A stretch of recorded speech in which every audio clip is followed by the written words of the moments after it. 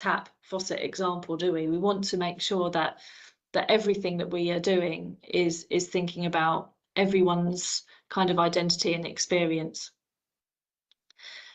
So what can you do about that, I guess, is the question, because you might think, well, that's too big, that's a society issue, you know, that's not anything that I can do. But you know, you can start to think about this, right? When you are designing anything, and it doesn't matter whether that's at school, at college, you know, in your first jobs, think about who you're working with. Have you got different voices around you helping you to understand different experiences as you build that design out? And if you look around you and you think, actually, I don't, then the next problem that you as a team need to solve is, well, how do we get that? You know, if you can't bring more team members in to work directly on the project, how can you get feedback on that project from people who are very different to you? Can you reach out to friends and family? Can you reach out to, you know, pupils, colleagues and peers in different classes that aren't even doing anything to do with tech? You know, can you go out and kind of, you know, test things live with different groups of people that are just walking around? How can you bring difference into your work? And if you can do that now at college, guess what? That will become a behaviour that you regularly look for in your future roles and your future jobs. And that's what will help to make the change. When you start asking questions like, well, where's this data set come from? Is it representative of the demographic that I'm located in? You know, the population of people that I'm located in, you know, or actually who's seen this, who's given us feedback on this, or is this just our own view of how this should actually work and how it should be? You know, and actually, is what I'm producing accessible? Will everybody be able to read this document? Will everybody be able to go on this website and understand it? You know, what if somebody's from, you know, a different country, speaks a different language, and this is all English focused? Is there a translation tool I could use to convert that? Is that, you know, you'll start thinking differently. And I think it's a bit like when you're looking for to buy something that you've perhaps not looked for before, and then all of a sudden you just see them everywhere.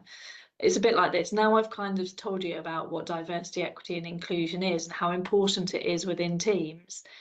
Hopefully you'll start seeing it and thinking, wow, I had never really thought of the fact that we're all white females, or we're all, you know, we're all people from the same background, and actually we need some difference coming into our teams. So we've talked about how we can support the evil twin, right? But let's come back to what's really amazing about AI, and again why we should be more aware, which is that actually AI is really going to transform the world of diversity, equity and inclusion, because it's going to help do some of that analysis that takes a lot of time and actually sometimes puts us off actually even trying, you know, or we can't get to the data in a way that we can then use to change and improve experience.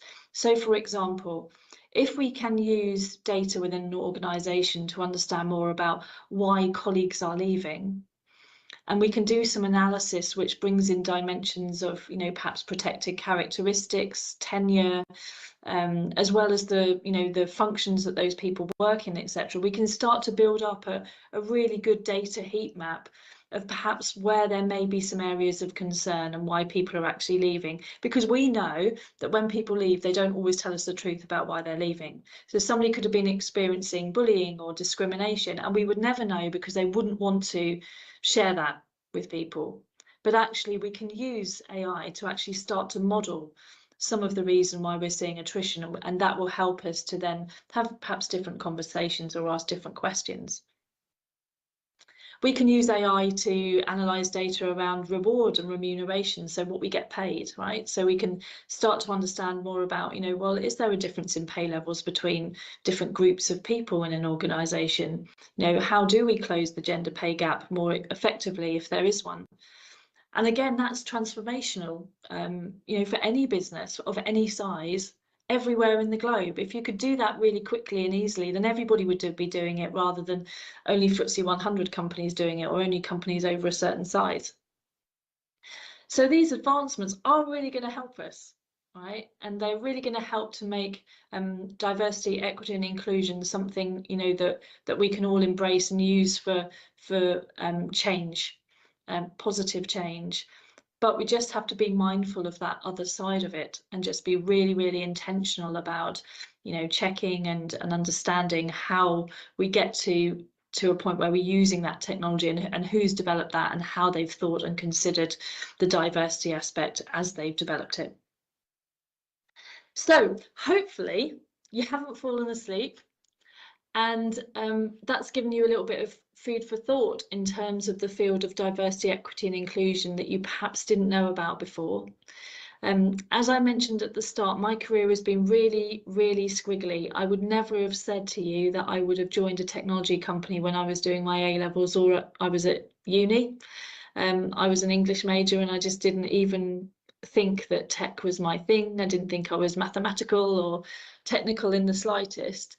But I ended up leading teams of, you know, automated testers and developers because I loved the fact that I didn't know everything that they did, and that I could bring all of their differences together to arrive at a really great end product.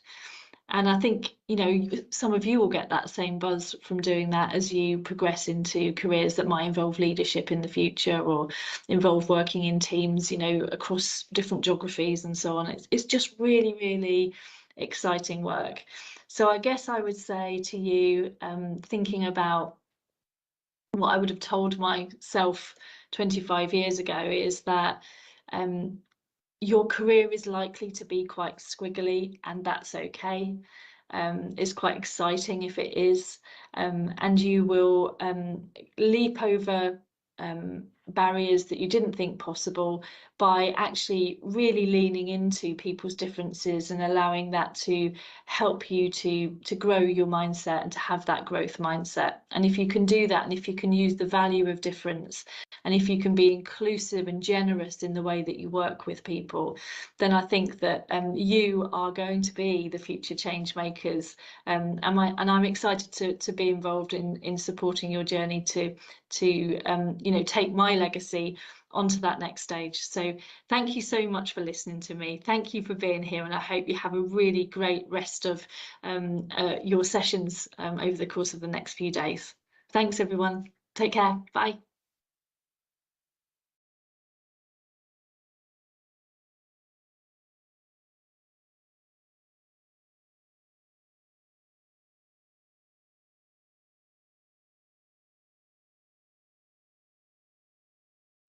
Amazing.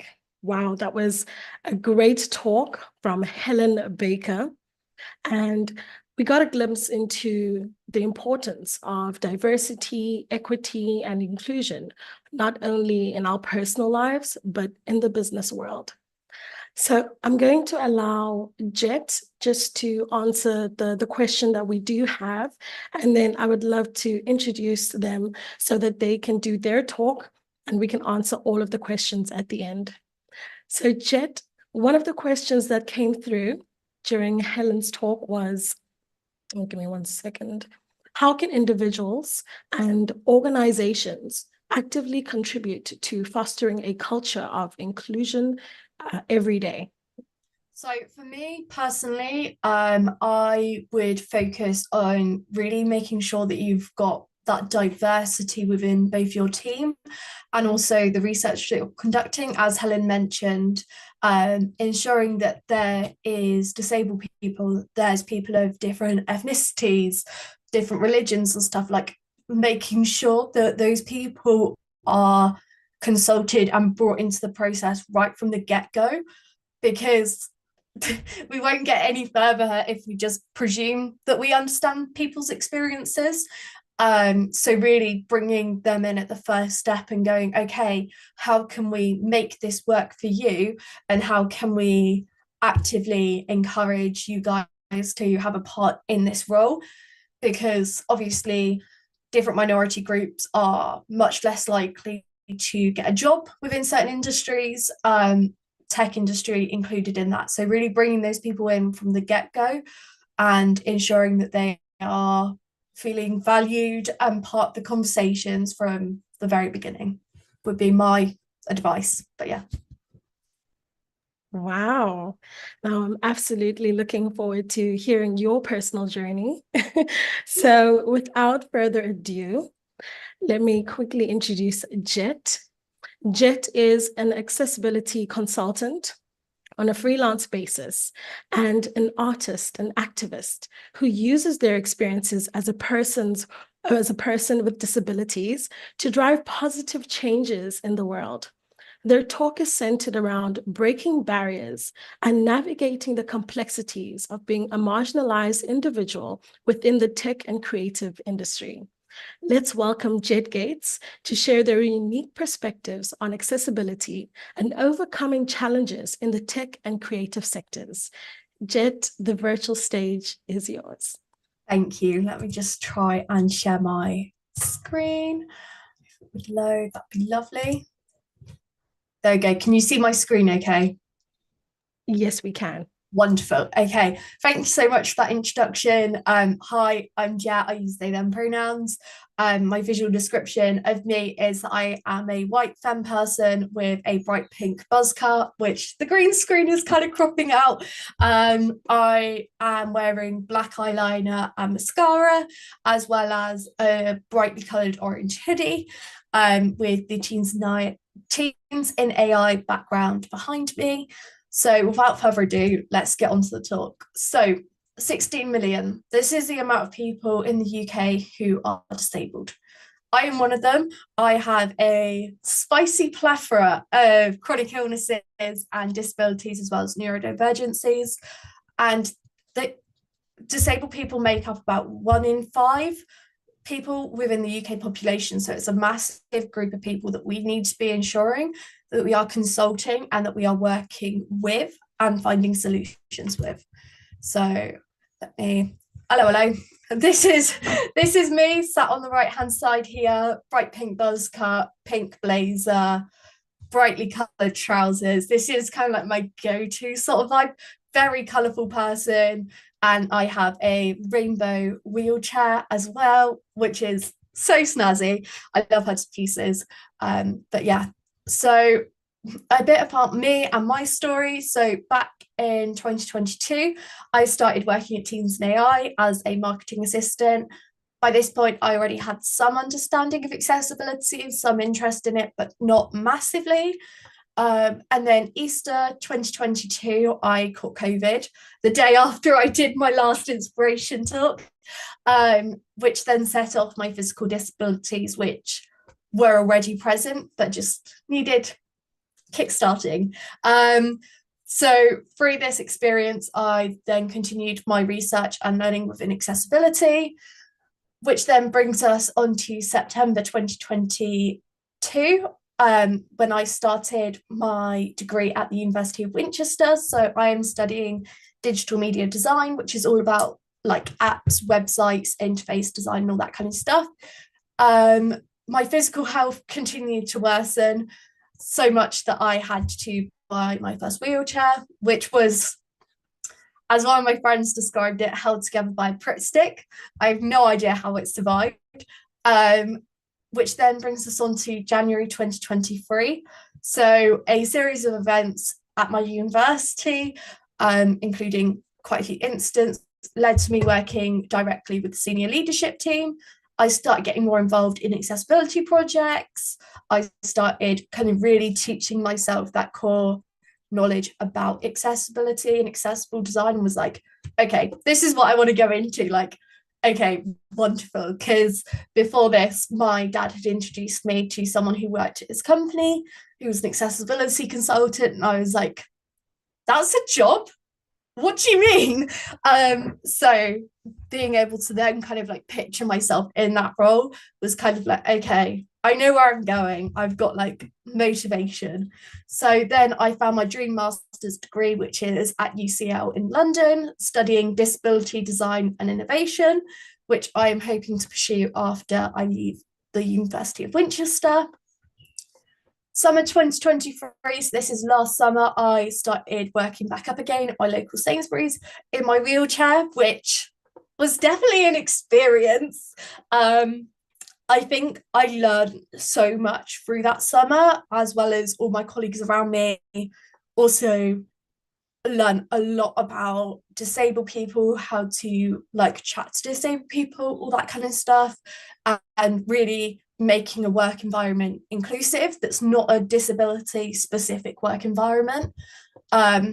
My arms after that summer were incredible because I was stacking shelves whilst on my lap and stuff, and it was, yeah, definitely a challenge. And then present day, I planned an entire protest in under 10 days, which if you told me 6 months ago that that's what I would spend my Christmas break doing, I'd have never believed you, but here we are. I also set up a digital community on the back of that protest, which now has about 50 disabled people from all across the UK in on one big group. And I have started working on a documentary with a major TV company. Can't tell you guys too much about that just yet, but keep an eye out.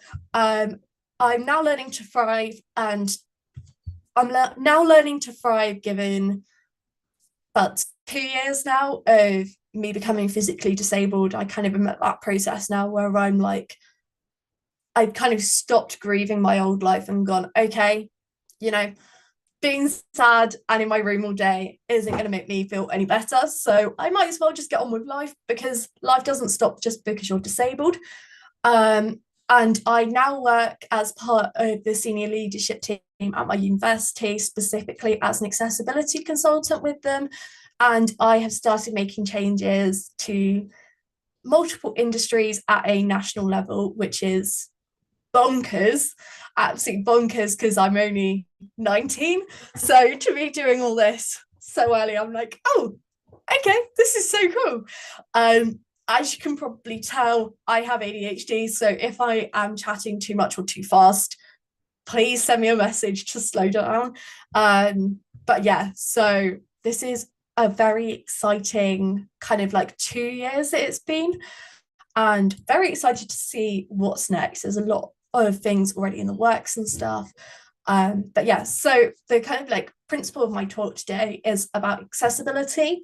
So this is the practice of making information, activities, or environments sensible, meaningful, and usable for as many people as possible. I really like this definition because it doesn't center around disabled people. It really drives home that fact that accessibility matters to everyone, and it should include absolutely everyone. Like if you take everyday things, for example, like automatic doors, if you're carrying shopping bags in your hands, or like you're on a phone call and you've got a coffee cup in one hand, you're not going to have the hands to open a door. And like if you've seen the tube girl video on TikTok where like she's strutting through the tube, like you can do that with like automatic doors. Same with dropped curbs. Like if you have got a shopping trolley, especially, like that is a nightmare to try and drop over like a 3-inch curb. So that doesn't just help wheelchair users, it also helps plethora of other people as well. So accessibility is truly something which impacts everyone, which is what a lot of people don't understand. So how can you inspire inclusion? So as mentioned briefly in the Q&A session previously, inclusion isn't just for minority groups, it's for everyone.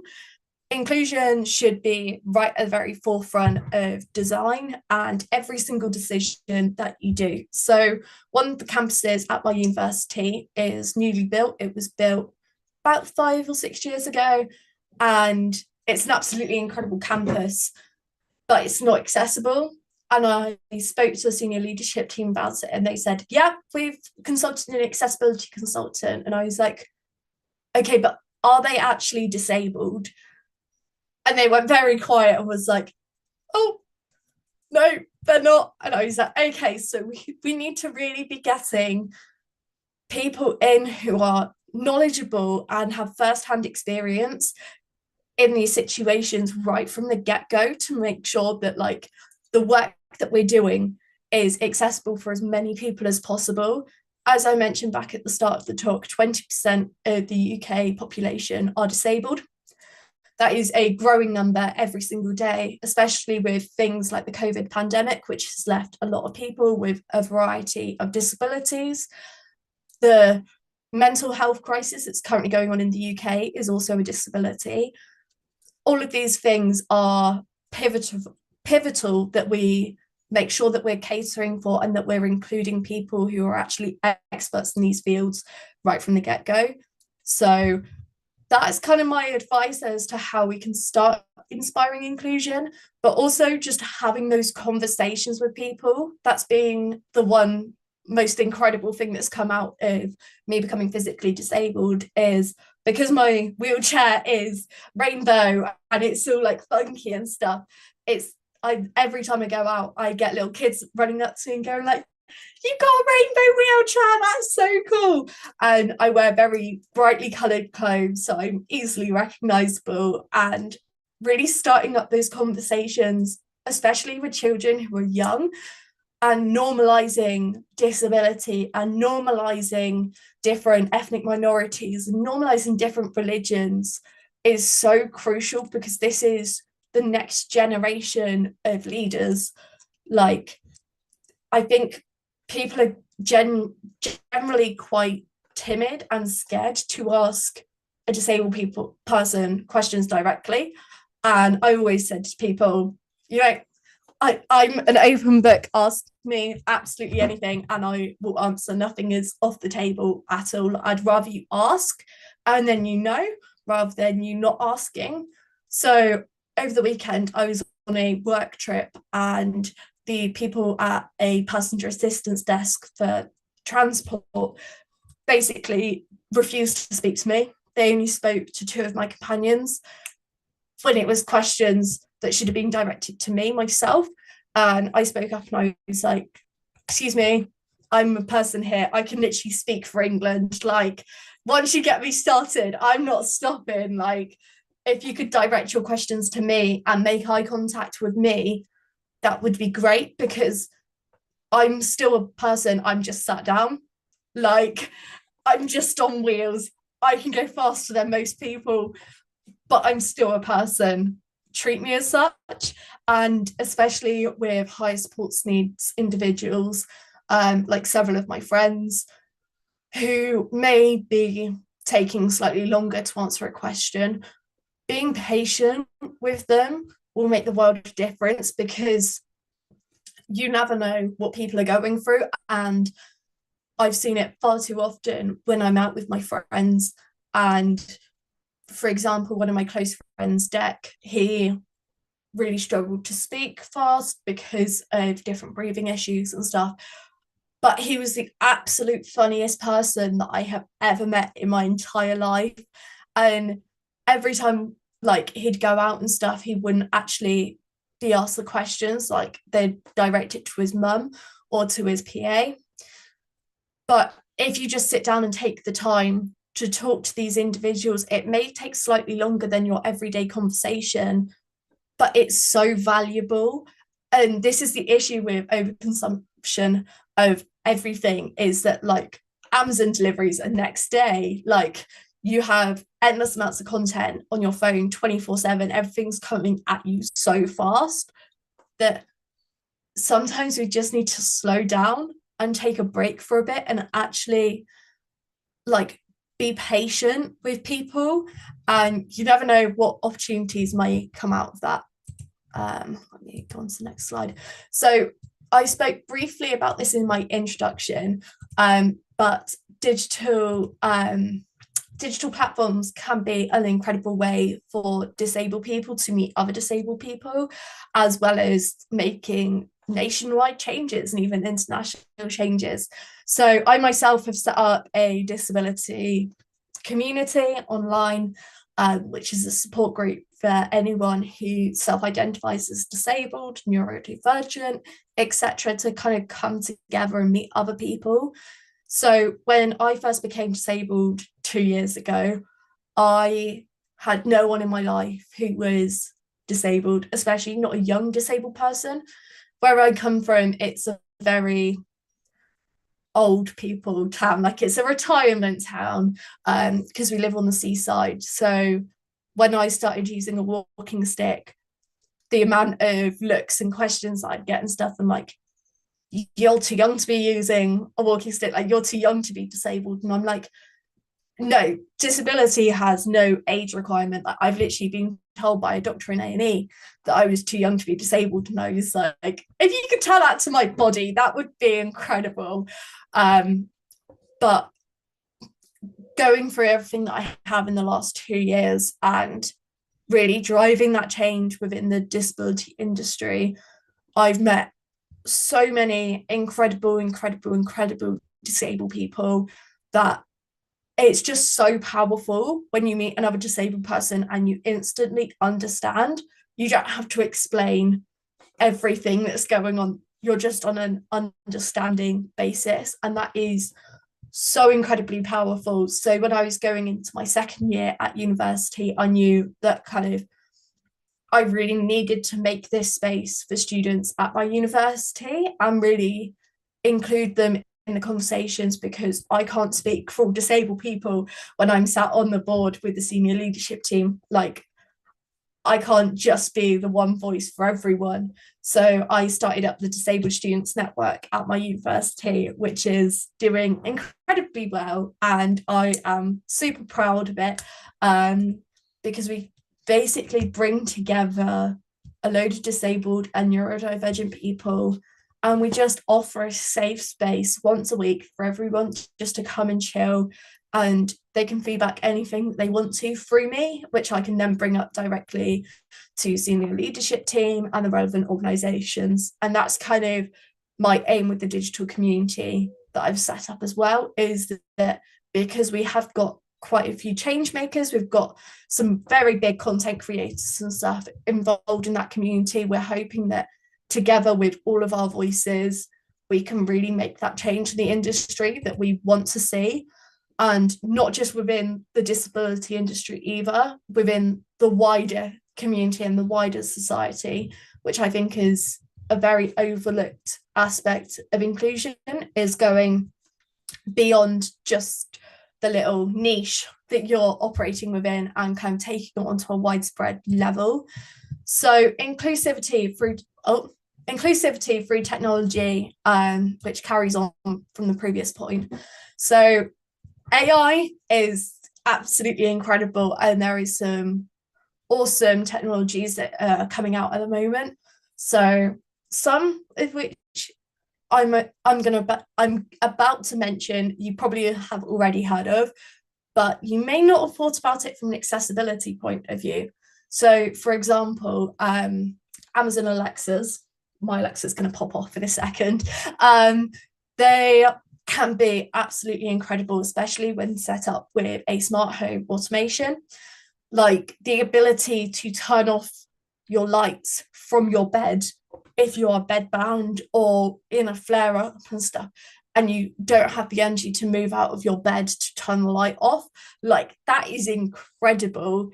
And I can voice control my TV with it as well, because I have a Fire Stick which connects up to my Alexa, so I can then voice control it. So if I'm in a lot of pain and I can't actually move from my bed, I then don't have to go looking for the remote control, all that kind of stuff. Like, it's there and I can just use my voice instead. There's also apps like Be My Eyes, which is an app that uses both volunteers and artificial intelligence to audio describe visually impaired people's environments around them. They just load up the app and then they get like a visual description, which is all about giving disabled people back the independence that they so desperately need. Like, I am a very independent person. I want to be able to go out by myself on a daily basis and not have to rely on other people, which we have to do so much as disabled people. Like, even getting a train, I had to book passenger assistance the day before. I then have to get there and I have to rely on the train people that they'll actually put me on the train, and then they'll actually take me off the train at the other end. Like, I've been left on probably a good 40-50 trains in the past 2 years because people have just forgotten about me.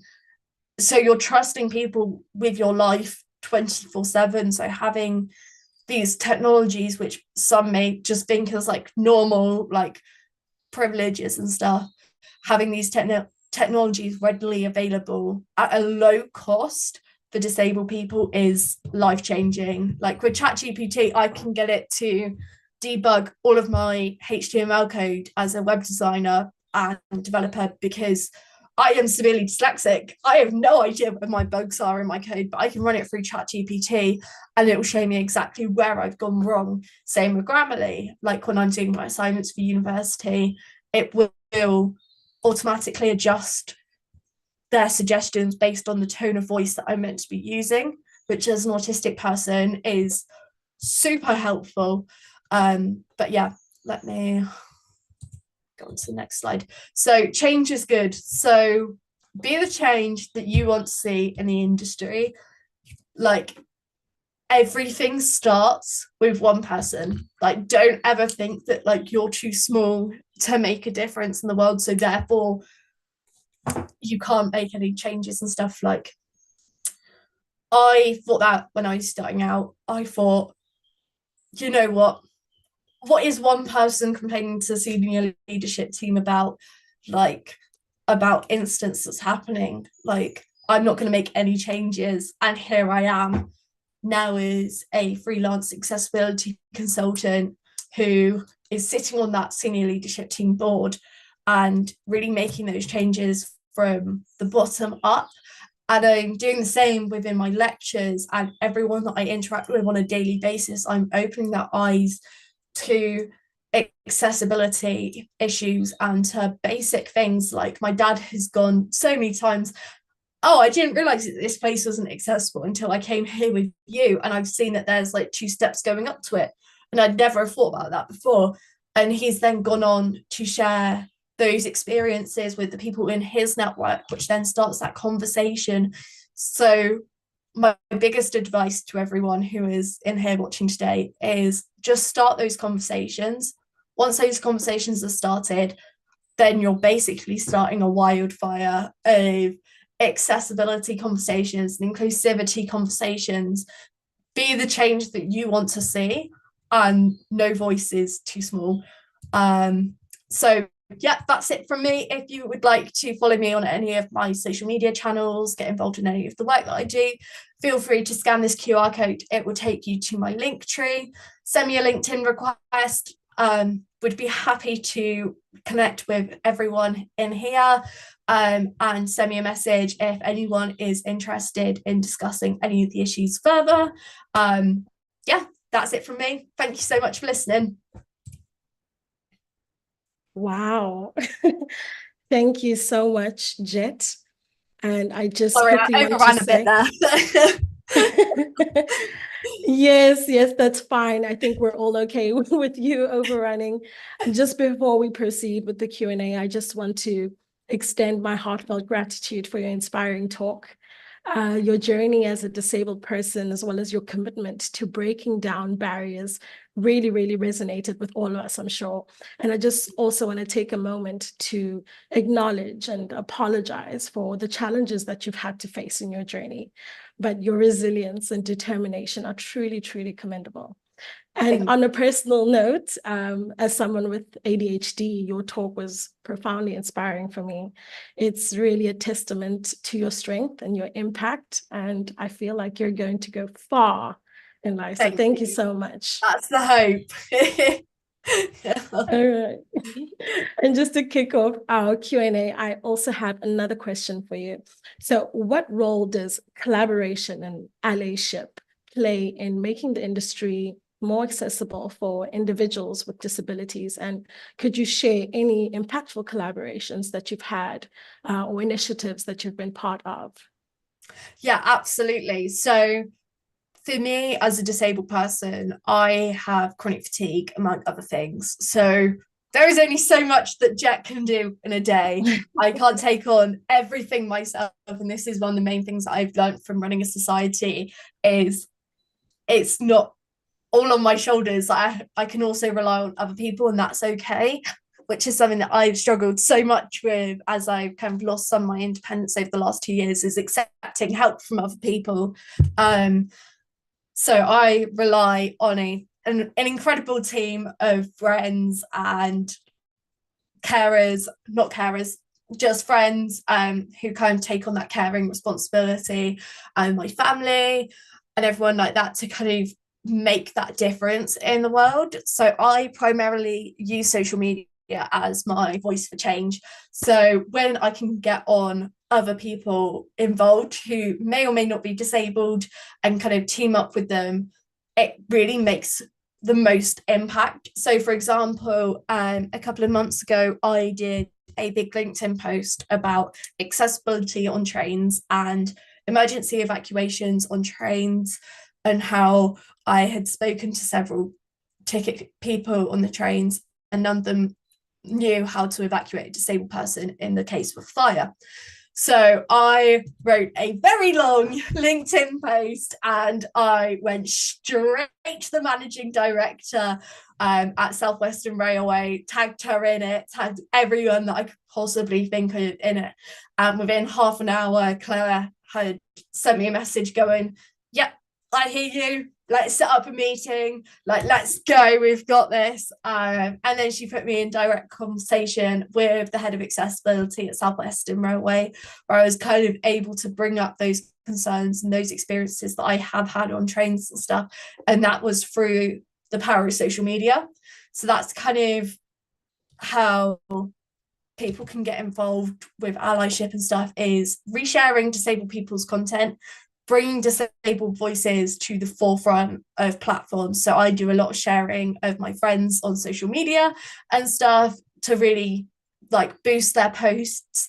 So yeah, kind of just bringing people's voices to the forefront of the conversations and not overshadowing it is kind of the main thing. I don't know if that answers the question or not, but yeah. I think it absolutely does. Thank you so much, Jet. The next question we have is from Sue. What does the future look like for you in the space of an accessibility consultant? Yeah, so accessibility is kind of the one thing that's never going to go away, which is quite good for me in terms of like career prospects and stuff, is because I know that like it's not just going to be something that kind of fades away with time, because disabled people have always been here and we are always going to be here. So for me, I am really on a mission to change the world.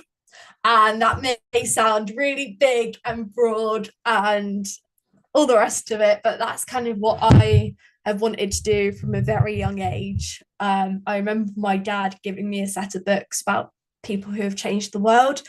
And I was reading them and I was like, I'm going to be in one of those books one day. Like, I don't know what I'm going to do yet, but I'm going to be in one of those books. So that is kind of like my aim, is to really like make that change that I want to see, and that I would have benefited from greatly at the start of my journey of being physically disabled and growing up as undiagnosed autistic and ADHD within the education system, and kind of using my experiences as well as my friends' experiences to really harness that change in the industry. So I'm hoping to work with some national companies as well as international companies, which is something that I've already started doing. I can't share too much about individual projects because some of them are still top secret. But yeah, so that's kind of my hope, is to change kind of the way that society perceives disabled and able-bodied people, and kind of really make that change that we want to see. I was on a call with this lovely lady who's in her 80s and an international accessibility consultant, and she brought up the term temporarily abled, and I was like, that is so interesting. Like, I'd never thought of putting it that way, but then that kind of makes it seem that it's not so us versus them. It's, you know, everyone is going to become disabled at any point. So it's really making that point to people of going, okay, you know, accessibility is something that you should be thinking about, because you or someone that you love is going to become disabled like at any time. Like, you know, like you could go out and get hit by a car and become a paraplegic. Like, Exactly. you know, we need to be making those changes. Yeah. All right, thank you. And I just want to quickly pivot to Bev, our head of marketing. She had a question for you as well. She was asking whether you're aware of any other programs that that you've spearheaded at your university or somewhere in England. And then Yes, she said, oh, sorry, all right, go change for may it. happen in your university, but it's amazing to see it across all universities in the country. Absolutely. Yes, so I recently put in an application for the National Office of Students on their disability board, and unfortunately wasn't successful in that application. But that isn't stopping me, because I will quite happily find a way to kind of get in there and really dip my teeth into it. So I currently sit on a board with a load of committee members from disabled students networks all across the UK, which is an incredible team of people. And so we kind of all help each other out and kind of consult like on various issues that other people's universities may have. So my hope is that through the work that I'm doing at my university and then sharing that work, it's then going to have some sort of an impact at a national level. But I am also hoping to get in there at some way with like the National Office of Students especially, and kind of really make those changes at a nationwide level. But yeah. Yeah, I wish you luck with that. Thank you. All the best. And then we also had Michael, who is actually going to be a mentor during our IWD Techathons. He had two comments.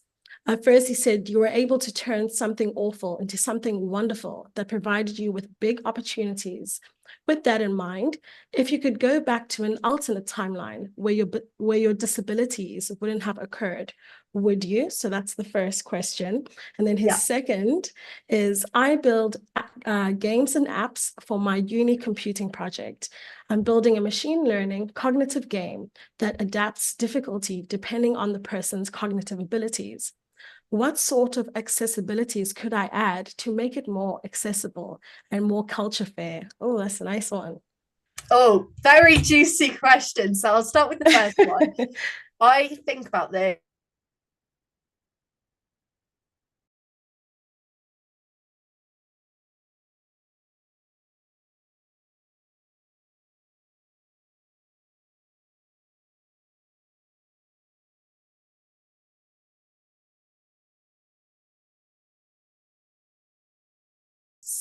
possibly every day. Please take it away. I'm fed up of being in severe chronic pain 24/7. Like, please take it. But now 2 years on, I can wholeheartedly say I wouldn't. I feel like the experiences that I have had and the communities that I've helped build and the experiences that I've had as a disabled person have really shaped my work in the industry. And I have started so many conversations with people who I wouldn't have had conversations with previously, about disability and accessibility, and kind of opening people's eyes up to, oh, like I hadn't thought about that. Oh, like that's quite an interesting point. And kind of that's not just about my physical disabilities, it's also about my neurodivergencies as well. Like when I was growing up, I was undiagnosed autistic until the point of 17, after 4.5 years of going through the autism diagnosis process. But I feel like my autism is who I am. Like it's such a massive part of me that I couldn't actually imagine going through life without. And it's the same with my ADHD. Like, what do you mean your brains are quiet? What do you mean you haven't got like 20 different tabs open and like 2 of them are playing music and there's like really niche internet memes just popping off around you? Like, that sounds so boring. Like, what do you mean? So that's kind of like where I come from in that sort of point of view. And it's like with my wheelchair and my motor combined, I can go up to 15 miles an hour off-roading and stuff. And I'm like, that is something that I'd never be able to do if I wasn't disabled. So like it definitely like is a thought that I have quite often of like, oh, I really wished like I wasn't disabled and like I wasn't in excruciating pain 24/7 and I didn't have all these like horrible things happening to me. And then I'm like, okay, but thinking about the past is not going to change where I am now. Like, I may as well just embrace it and kind of go, okay, this has happened. I'm just going to get on and live with it now. Like, I'm going to thrive regardless and kind of prove people wrong. But yeah, so that's kind of the answer to the first question. And then let me look at the second question again. So, what kind of accessibilities? So personally, I would start off at a very basic level with user testing. So getting a group of people with a range of abilities and disabilities and from a load of different backgrounds, not just the people who are in your course, who are just in your classroom. Bring in other people from all around you and hold a group consultation session and get them to test out your early prototypes and give feedback on it. And you never know, you may see something through those feedback sessions that you would go, oh, I never would have thought of that, or oh, I didn't think that through properly, like I thought that was going to be really good and it really wasn't. So kind of really bringing in those people as a consultation process right from the very get-go. Adding captions, visual descriptions, all that kind of stuff is a massive thing. Also having the ability to turn off and on background noise as well, because a lot of games have kind of quite loud backgrounds, flashing lights, all that kind of stuff as part of the game effects, and the ability to turn some of those down or off and kind of adjust all that stuff is really important, as well as kind of having an accessibility menu. So with different font styles in it. So if people find it easier to read sans serif fonts or serif fonts, kind of having that ability to switch between them, different color schemes as well. Like we have seen such a massive rise in dark mode, especially on laptops, phones, etc. Kind of having that ability to change from light to dark mode on those sort of things is massively important. So yeah, that's kind of a very brief little bit on how to kind of make them more accessible. But if you want to shoot me a message at any point, I'll be happy to set up a meeting and discuss it all further with you. But yeah, because I'm just quite aware that we've got quite a few questions to go through and I've really overran already. I can't stop yapping. I'm so sorry. No, that's absolutely fine. I feel like your answer also answered one of the questions that we got from YouTube, which reads, what tools and resources are available to help developers and designers create more accessible products? Perhaps after the call, you can share some resources with us as well, and Absolutely. we can just disseminate them. Yeah, that's actually an Instagram post that's coming next week. So if you stay tuned on my Instagram, you'll be finding all about that. So yeah, stay tuned. Super exciting stuff. And then Giovanna has 3 questions. First is, how does the digital platform for the disabled function? I believe that's to your previous answer. Yes. So it's currently a WhatsApp community, which I don't know too much about until I set up one. So we've currently got, I think, 31 different channels, and it operates in a similar way to Discord, apart from it's more accessible. So you can choose which channels you want to join and which ones you don't want to join. Let me actually load up my phone so I know what I'm talking about. So we've got ones including wheelchair recommendations, medical recommendations, meetups, academic support for those who may be at university or college. We've got event space as well, where if anyone just needs a bit of a rant, they can kind of get it all out on there and receive relevant support. We also have kind of like specific support groups for different types of disabilities. We've got adaptive sports. We've got pet pictures, which is my absolute favorite channel personally, because every time someone posts a new pet, I'm like, I want to take you home, but I can't because you already have a lovely house. Same. So that kind of thing. We've also got adaptive clothing, kind of all that kind of stuff. So it's really just a safe space for people to come together and get involved and really be at the forefront of that change. And it's not just for change makers either. Like, feel free just to come and join. It is actually linked in my link tree. So if anyone from here wants to go and check that out at all, give my QR code a quick scan and you will find it at, I think it's at the top of my link tree, something like that. But yeah. Alrighty. And then Giovanna as well, I'll just read both questions. How can we use AI to analyze data around the world? And how can accessibility inspire inclusion? Yeah, so AI to analyze data around the world is one of the major parts that's now kind of like coming out. So I've just finished doing a massive research project into how can digital technologies help improve the lives of disabled people and their advocates.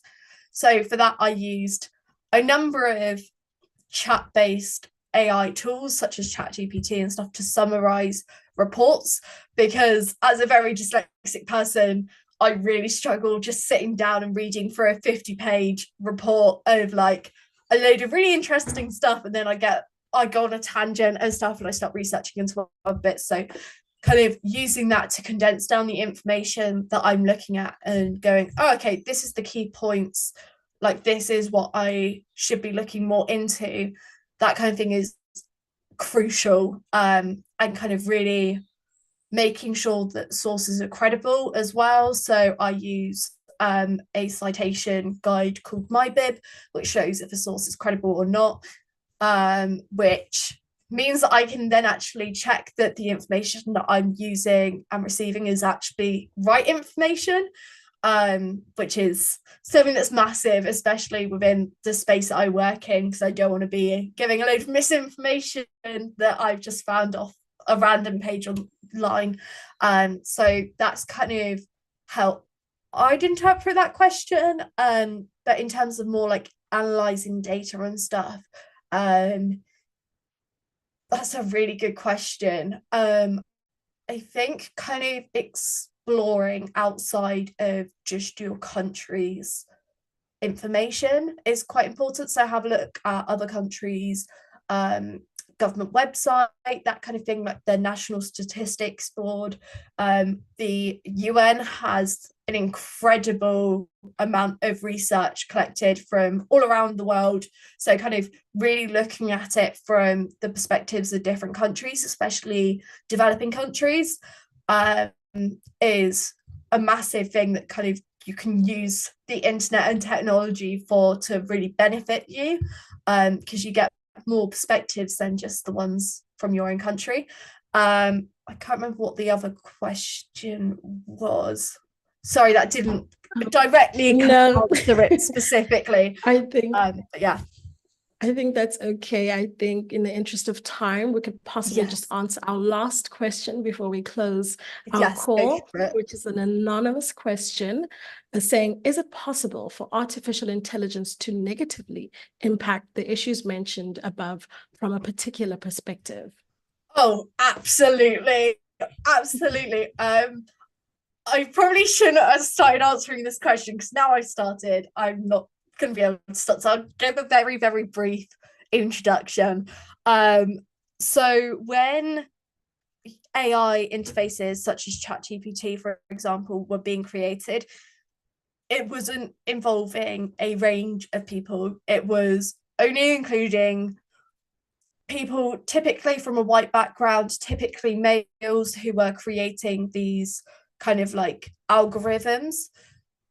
And so there wasn't much diversity included from the very beginning. So for example, in the early days of ChatGPT, when you asked it a question about accessibility or disability, it would give you an answer which wouldn't be kind of the industry standard for disabled people. Like, we, as a community, we were like, what is it talking about? Like, this is not the right information. And the fact that people are going here as their primary source of information, like, this is quite concerning. And I know that quite a few companies like Microsoft and stuff have really included disabled people in from the very get-go into those algorithms, and actually ensuring that those algorithms aren't having unconscious bias within them. So IBM, for example, have changed their hiring system to reflect the participants that they're hiring and the ones that are coming through interview and stuff. So they've made a real effort to include a variety of people from a variety of backgrounds into those algorithms, so that there's not unconscious bias from the very get-go of starting those algorithms right up until the interview time, when, you know, like there's a number of factors that could influence someone's application into that, and kind of ensuring that there's no kind of unconscious bias is like the main kind of issue. So really bringing in people from a variety of backgrounds to check that there isn't like any gaps which you may overlook and stuff, I think is the most important thing. But yeah. All right. Well, thank you so much, Jet. And another special thank you to Helen Baker. Yes, who absolutely. shared... Incredible talk. Yeah. Absolutely. She shared her amazing thoughts on diversity, equity, and inclusion in the business world, and she undoubtedly left an impact. And Jet, you for your insights on breaking barriers and accessibility in the tech and creative industry have been really, really eye-opening.